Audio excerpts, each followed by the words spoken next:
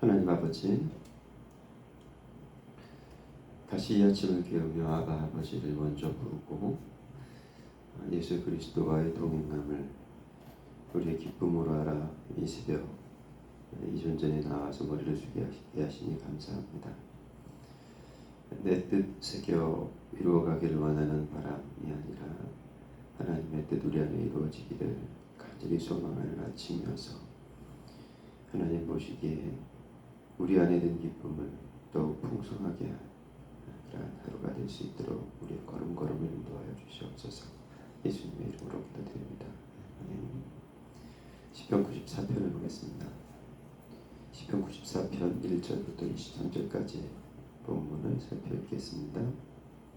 시편 94편 1절부터 23절까지입니다. 여호와여, 복수하시는 하나님이여, 복수하시는 하나님이여, 빛을 비추어 주소서. 세계를 심판하시는 주여, 일어나사 교만한 자들에게 마땅한 벌을 주소서. 여호와여, 악인이 언제까지 개가를 부르리이까. 그들이 마구 짓거리며 오만하게 떠들며 죄악을 행하는 자들이 다 자만하나이다. 여호와여, 그들이 주의 백성을 짓밟으며 주의 소유를 권고하게 하며 과부와 나그네를 죽이며 고아들을 살해하며 말하기를 여호와가 보지 못하며 야곱의 하나님이 알아차리지 못하리라 하나이다. 백성 중에 어리석은 자들아, 너희는 생각하라. 무지한 자들아, 너희가 언제까지 지혜로울까. 귀를 지으시니가 듣지 아니하시랴. 눈을 만드시니가 보지 아니하시랴. 무백성을 징벌하시는 이곳 지식으로 사람을 교훈하시는 이가 징벌하지 아니하시랴. 여호와께서는 사람의 생각이 허무함을 아시느니라. 여호와여, 주로부터 징벌을 받으며 주의 법으로 교훈하심을 받는 자가 복이 있나니 이런 사람에게는 환난의 날을 피하게 하사 악인을 위하여 구덩이를 팔 때까지 평안을 주시리이다. 여호와께서는 자기 백성을 버리지 아니하시며 자기의 소유를 외면하지 아니하시리로다. 심판이 의로 돌아가리니 마음이 정직한 자가 다 따르리로다. 누가 나를 위하여 일어나서 행악자들을 치며 누가 나를 위하여 일어나서 악행하는 자들을 칠까. 여호와께서 내게 도움이 되지 아니하셨다면 내 백성이 내 영혼이 벌써 침묵 속에 잠겼으리로다. 여호와여, 나의 발이 미끄러진다고 말할 때에 주의 인자하심이 나를 붙드셨사오며 내 속에 근심이 많을 때에 주의 위안이 내 영혼을 즐겁게 하시나이다. 율례를 빙자하고 재난을 꾸미는 악한 재판장이 어찌 주와 어울리리이까. 그들이 모여 의인의 영혼을 치려하며 무죄한 자를 정죄하여 피를 흘리려 하나. 여호와는 나의 요새이시요 나의 하나님은 내가 피할 반석이시라. 그들의 죄악을 그들에게로 되돌리시며 그들의 악으로 말미암아 그들을 끊으시리로다. 여호와 우리 하나님이 그들을 끊으시리로다. 아멘. 첫 구절부터 좀 세죠. 하나님은 복수하시는 하나님은 아니십니까? 이렇게 좀 센 말로 시작을 합니다. 믿음이 좀 좋은 사람이면 이런 말 안 할 것 같은데, 믿음이 참 좋은 시인도 이런 기도를 올립니다. 수련회 때 오셨던 김병년 목사님이 제가 처음 김병년 목사님 만났을 때 밤늦게까지 대화하면서 그런 말씀을 하시는 것 참 인상 깊었습니다. 6기를 읽으면서 내가 정금같이 나오리라 하는 말씀을 묵상을 하는데 화가 나더래요. 하나님, 내가 언제 정금 되겠다고 했습니까?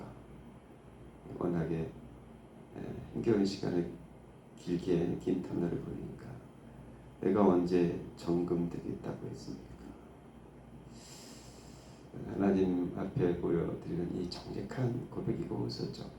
자기 감정을 감추지 않고 고상한 척하지 않고 그냥 내 안에 있는 진심을 올려드리는 그런 고백 같아 보여서 좀 찡했더랬었습니다.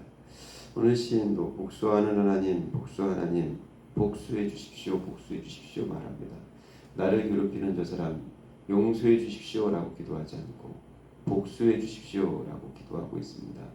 틀린 기도인지 맞는 기도인지를 떠나서 가지고 있는 내 연약함을 그대로 드러내며 하나님의 도움을 구하는 시인의 간절함이 다시 오롯해 보입니다. 그럴 만도 했습니다. 아무리 기다려도 기다려도 님 오지 않고 하나님께서 다스리신다는 소식이 들리질 않고 인 거죠. 3절이 그 노래입니다. 여호와여 악인이 언제까지 오늘 이 시편을 보면 이 반복된 억구를 계속 연이어서 아저분단마다 악인이 언제까지 이렇게 멀쩡하게 살아 숨쉬면서 의인들을 핍박하느냐 말입니다.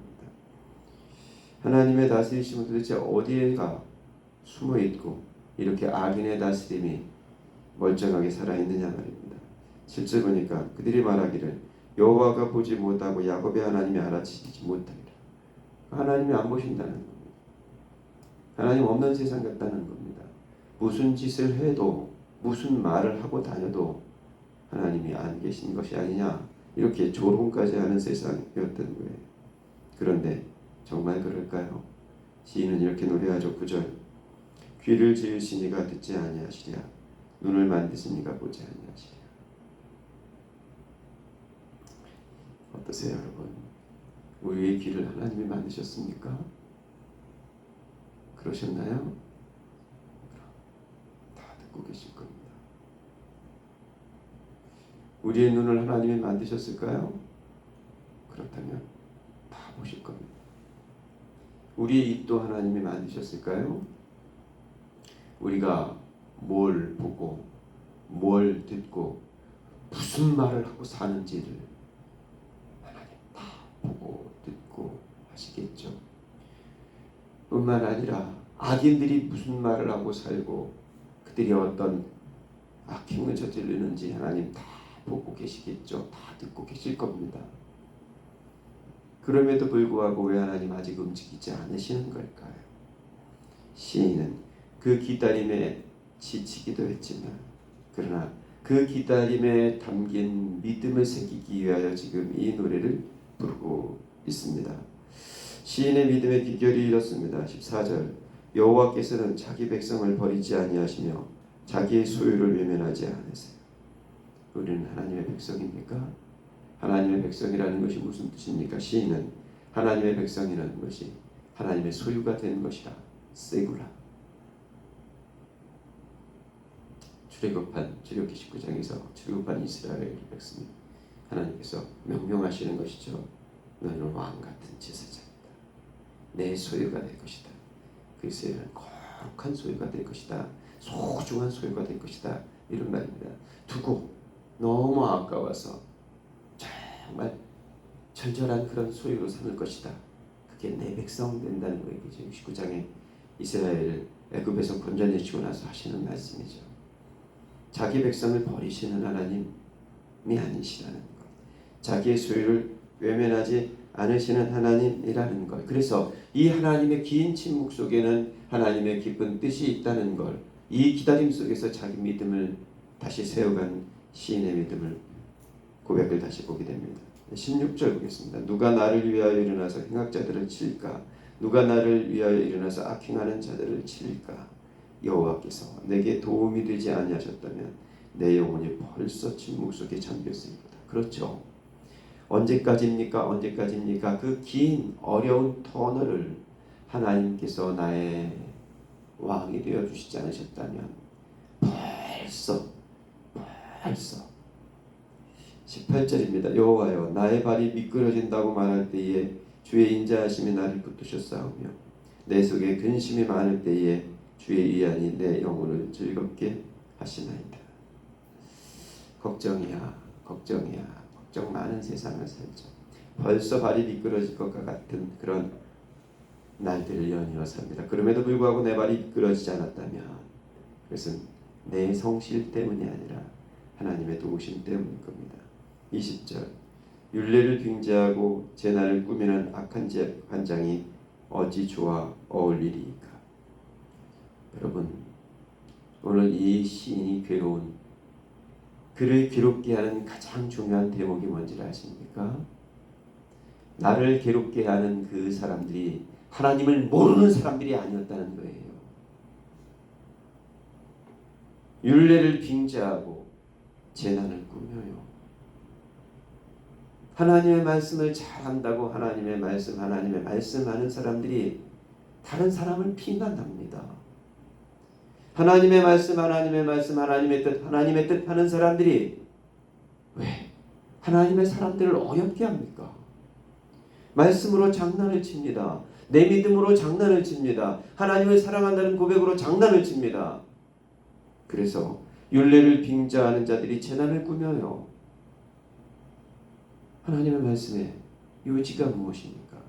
하나님을 사랑하고 내 이웃을 내 몸과 같이 사랑하라 함이 아닙니까? 그런데 하나님을 사랑한다는 자들이 내 이웃을 내 원수처럼 대합니다. 함부로 말하고 함부로 대하고. 이것이 시인에게 그냥 지나가듯이 하는 말이 아니어서 대놓고 노골적으로 힘겹게 하는 이 수없는 화살들의 이제 만신창이가 될 것 같은 이 시인의 고백인 거죠. 율례를 빙자하고 재난을 꾸미는 악한 재판장이 그게 주와 어울리는 것이냐 말입니다. 다시요. 20절 율례를 빙자하고 재난을 꾸미는 악한 재판장이 어찌 주와 그게 주님과 어울리는 것이냐 말이에요. 굉장히 중요한 한 말씀이죠. 하나님과 어울리는 우리의 삶의 모습이 무엇일까? 내가 지금 하는 이 말은 하나님과 어울리는 말일까?